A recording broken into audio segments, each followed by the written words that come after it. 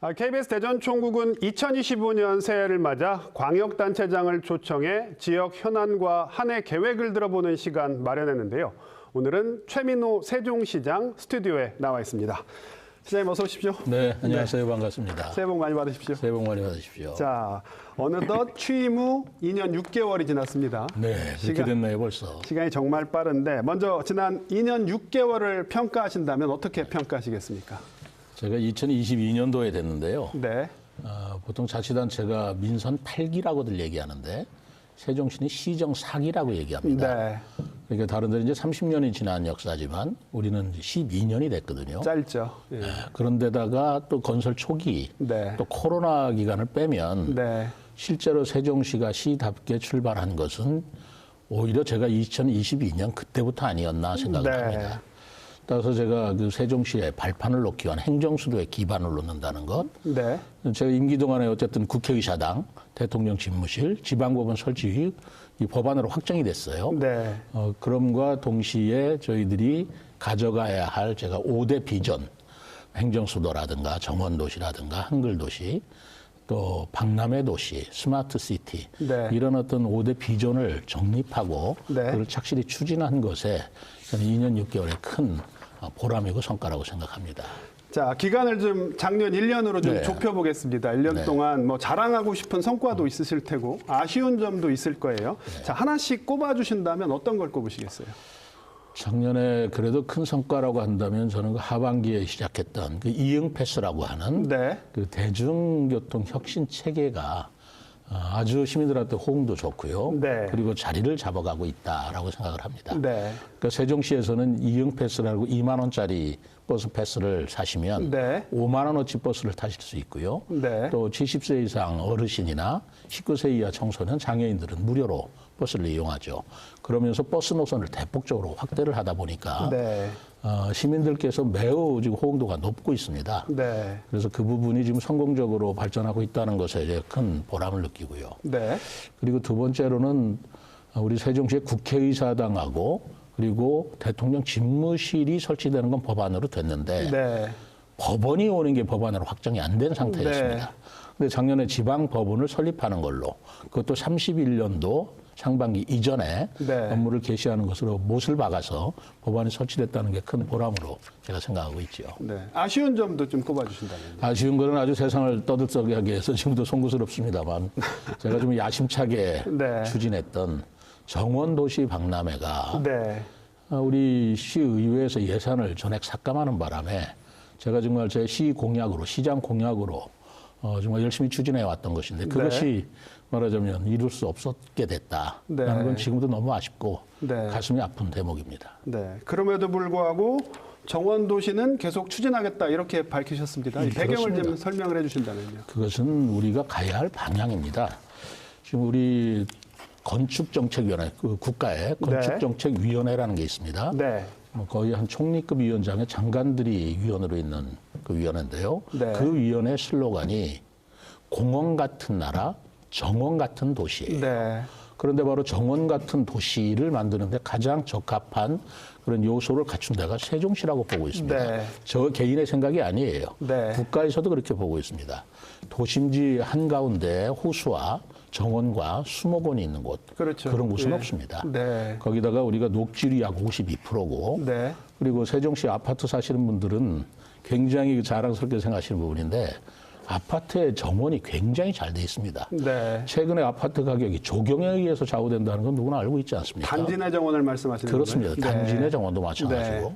그래서 그러한 기반을 살려서 우리가 세종시를 정원 속의 도시로 만들고자 하는 게 제 목표였는데 네. 그것은 정원도시 박람회가 비록 시의회에서 예산을 삭감하는 바람에 무산됐다 하더라도 그건 우리가 가져가야 할 방향이고 네. 그것이 앞으로의 우리 치유라든가 자연이라든가 환경에도 부합하는 개념이죠. 네. 저희들이 정원도시 박람회를 처음으로 주창을 했는데 지금 전국적으로 한 20여 개 도시가 네. 정원도시를 다 표방하고 열심히 추진을 하고 있는 것만 봐도 네. 우리가 가야 할 길은 명확하다라고 저는 생각합니다.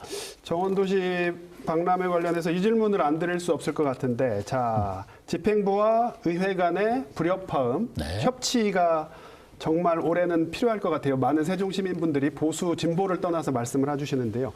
자, 의회와의 어떤 협력을 이끌어낼 방안 뭐 구상하신 게 있습니까? 제가 이번에 그 문제를 가지고 정말 깊게 고민을 했습니다. 우리가 정치 의식이나 정치 문화로 풀어가야 할 부분이 있는데 네.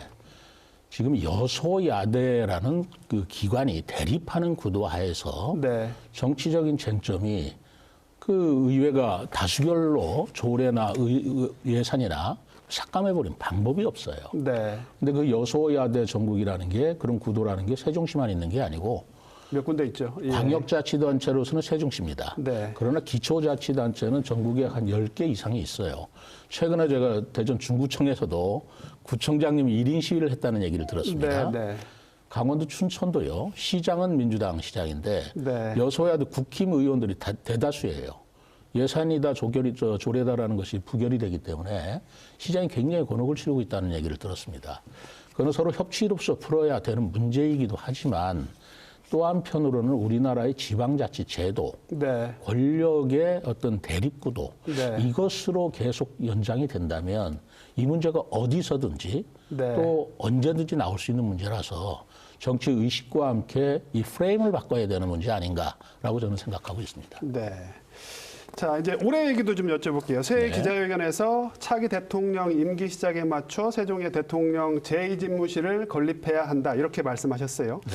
자, 일각에서는 뭐 이번 계엄 사태를 계기로 대통령 집무실을 아예 세종으로 옮겨야 된다. 이런 주장도 나옵니다. 자, 어떻게 보십니까? 저는 뭐 이번 계엄 사태를 떠나서 네. 2027년도에 대통령 선거가 예정되어 있었지 않습니까? 네. 그럼 다음 대통령께서는 지금 정식으로 본인의 우리나라 대통령 관저가 있는가는 좀 생각을 해봐요. 네. 옛날에는 청와대가 있었지 않습니까? 그 그렇죠. 인왕산 밑자락에. 네.